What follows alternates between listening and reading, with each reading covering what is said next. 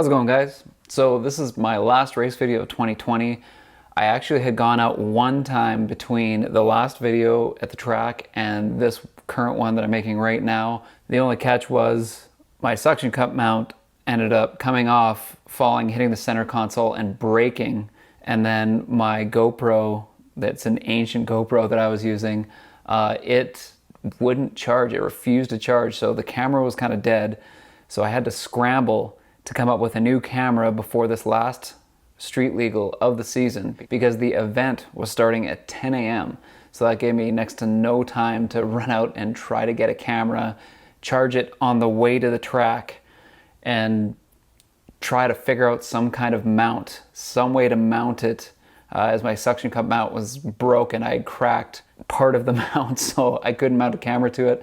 So instead, for this video and all these races, I managed to kind of rig up a wrist mount attached to the seat belt retainer, so you get a mount that has the view over my shoulder. So in this video, all the races are over my left shoulder, which is an okay perspective. The only thing is the windshield is kind of blown out. If I'd known that I wasn't going to be able to bring that back in post and how badly it was going to be blown out, I would have manually exposed the camera to compensate for that. But brand new camera, just scrambling to try to mount it somehow and make sure that I have enough charge that I can actually film the race events for that day. I'm just glad I got some footage of it. Sorry it's not ideal, guys, but it just kind of is what it is. So as you know, this race is happening at my home track, the usual track here in Edmonton's Castrol Raceway. As I've said in all my other videos, we are 2,300 feet above sea level. This particular day, the DA was between 2,500 and 2,700 feet above sea level was the DA. So not amazing, not going to set any amazing record-breaking times like some of you lucky guys down around Texas, even the East Coast or in Vancouver. But I can use this to compare the other runs that I've got at this track and some of the other cars that were also running at the same time at this track as a sort of comparison. I'm probably not going to density altitude correct on this video just to save a little bit of time because it is getting a little bit long, the whole form of this video. Like I did last time when it was, my DA was in the 4,000s or whatever, times corrected to between a 12.5 and 12.8 was kind of the range. Anyways, you get an idea. My last previous best was a 13.2 at that last one. That's the best I've ever ran at this track. So let's see if I can beat it. My very last race day of the season, 2020 here in Edmonton, Castrol Raceway. Let's get to it. Last race of the season.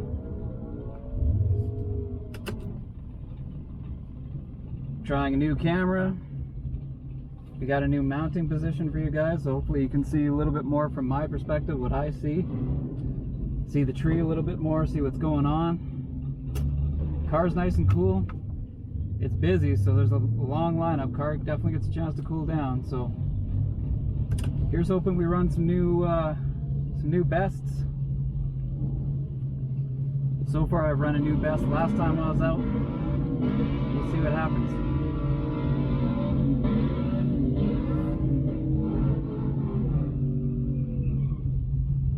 They put me up against a very, very modified, supercharged, like 2002 kind of era Mustang. I think he's really, really quick, so I'm not really worried about the race per se. He's modified like crazy, like I said, so I'm just worried about getting a really good time for myself. That's the big thing. There was another stock 5.7 Challenger RT, stocking him. He had just a Can 91 Diablo tune. Watched his first run. He ran a 14.4. So, I mean, if anything, it gives me a good indication of how far I've come with my car. Hoping to maybe sneak into the 12s. We'll see what happens here. I doubt it. I bet you I'm going to run a 13 flat, to be honest with you. We'll see what happens though.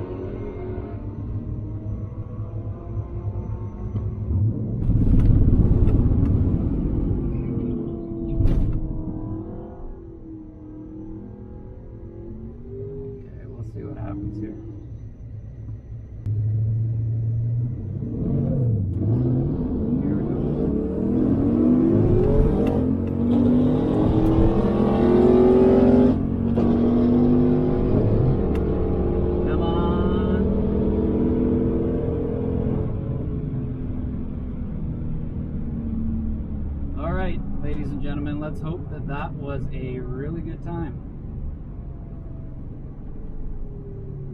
Hoping for a new best.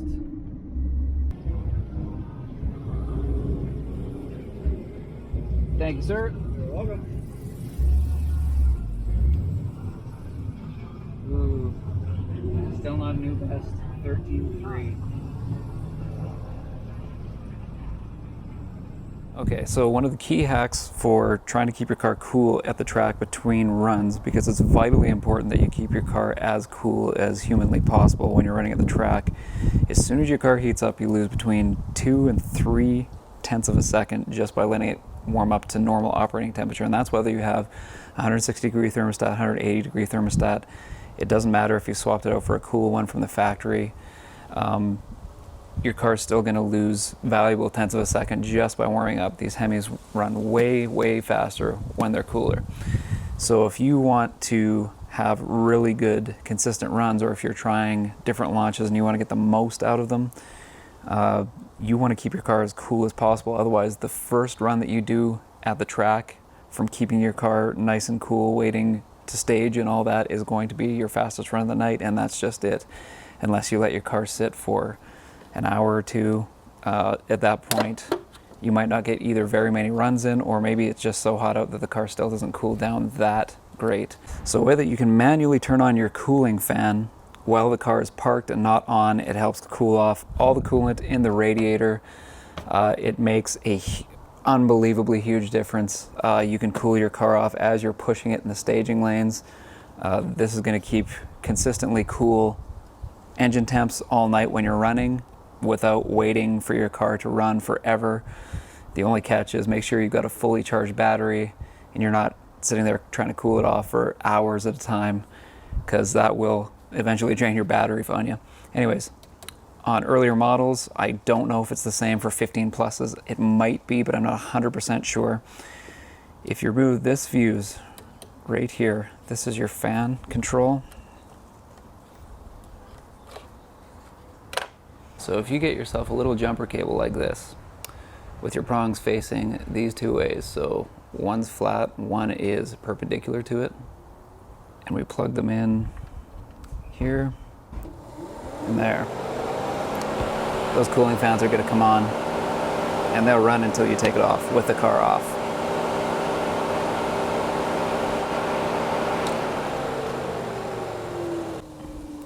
So run that between runs, let your car cool off. When you're ready to roll, plug your fuse back in and get ready to race. So going up against the 5.7 Dodge Ram RT 1500 truck.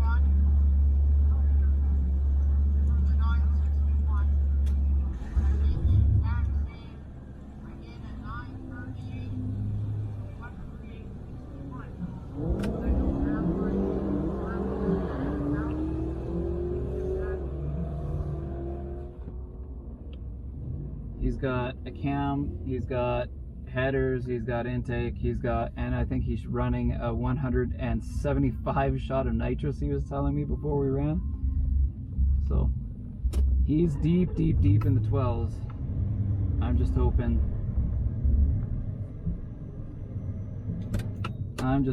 to run a nice time. The DA is really hot right now. It's not great. As you guys know from my other videos, track here in Edmonton is 2,300 feet above sea level, so it's not great right off the bat anyway. So not any miracle times, but I'm hoping to get some real low 13s, which is pretty damn good for this track and this elevation. Warmed up some tires. Let's light some fires.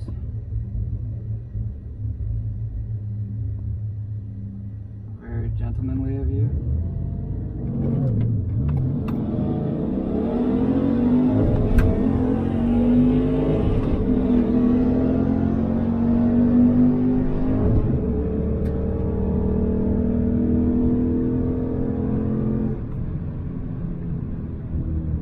Not a bad run. Car was nice and cool, got a pretty good launch. So we'll see what that puts me at. kind of curious. I really treed the the Dodge Ram pretty hard on that one. But like I say, he's with his 175 shot of nitrous. Whew, he's running about a 12.2, 12.4, something like that, he was saying. So it's my only beef with the street legals this year at the track. They never seem to run you or match you up with a good race, you know? I don't know. Just consistently, it's tough to get. I haven't at all year ran against a scat pack. Even when I've been lined up like right beside a bunch, they never pick the two of us to go together, which is kind of frustrating. I've barely run any Mustangs, which is also frustrating. Got a chance to run a couple Camaros, luckily, but yeah, it's kind of tough sledding when you're hoping for a really good race. You know, something to really showcase how far your car has come with mods, and you just end up lining up with something that's just not even close. So then you're just going against your time. But thank you, sir.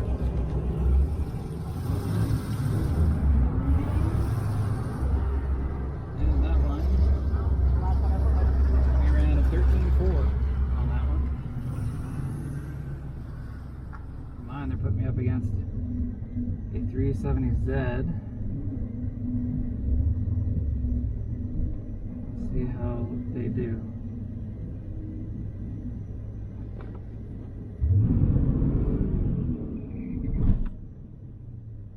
All right. Let's see what happens.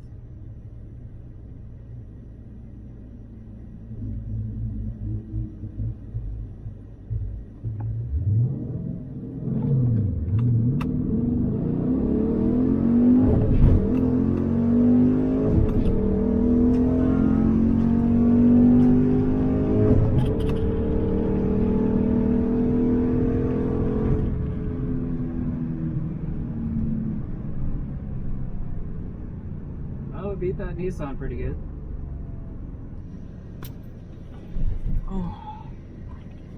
Oh man, it is a little bit warm. Camera might have slid down. That's okay. Whew.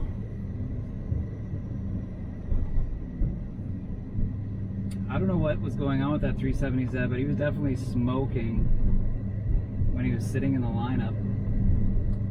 So I don't really know what he has done, but it's definitely not stock. But I don't even know if they came with stock, to be honest with you.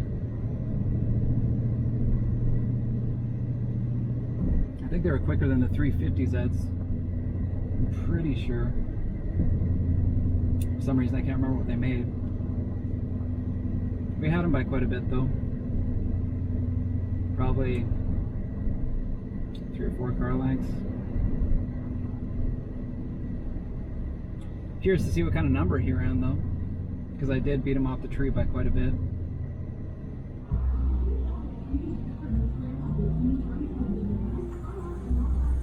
Thank you. You're welcome.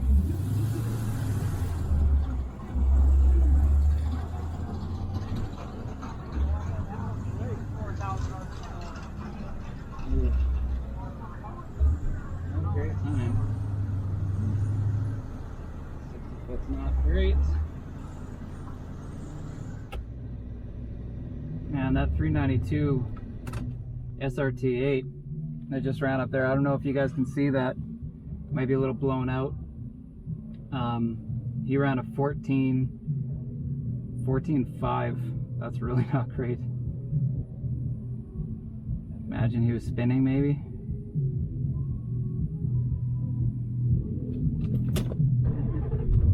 Okay. Now we'll run against this truck. See what's up. Temps are okay, but they're not absolutely amazing, so we'll see.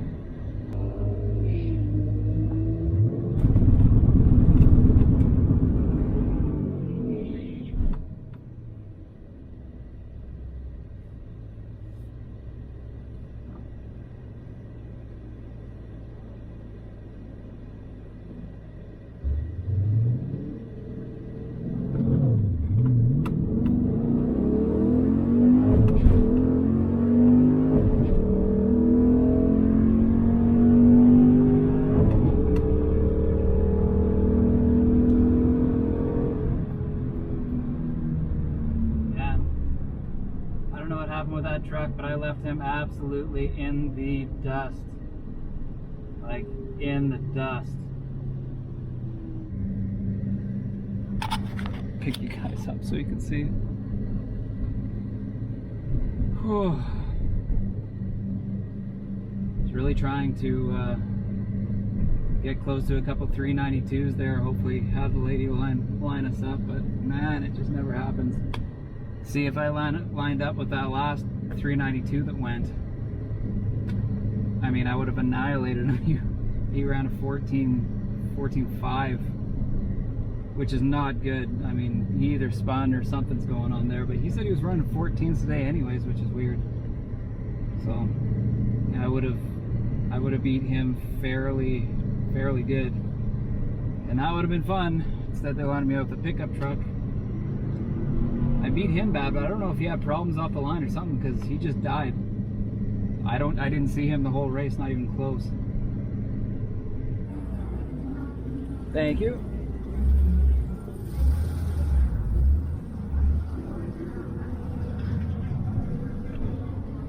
Not the worst. 13.4 at 106. About usual. Let's go, guys. So that wraps up our 2020 race season for the year, to be honest.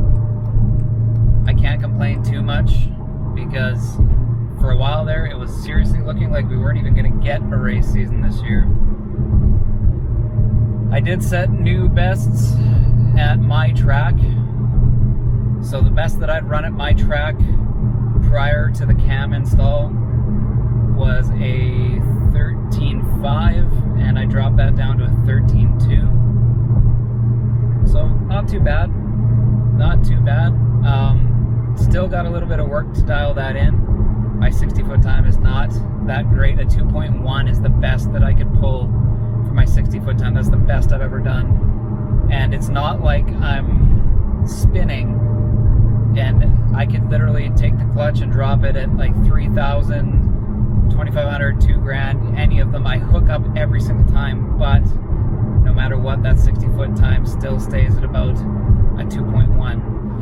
I think maybe with a smaller diameter set of wheels, like a set of 18s and maybe some slicks, that would really help that 60-foot time. You know, some lighter tires in the smaller diameter really help getting those tires spinning quicker. That would probably help out my run a fair bit.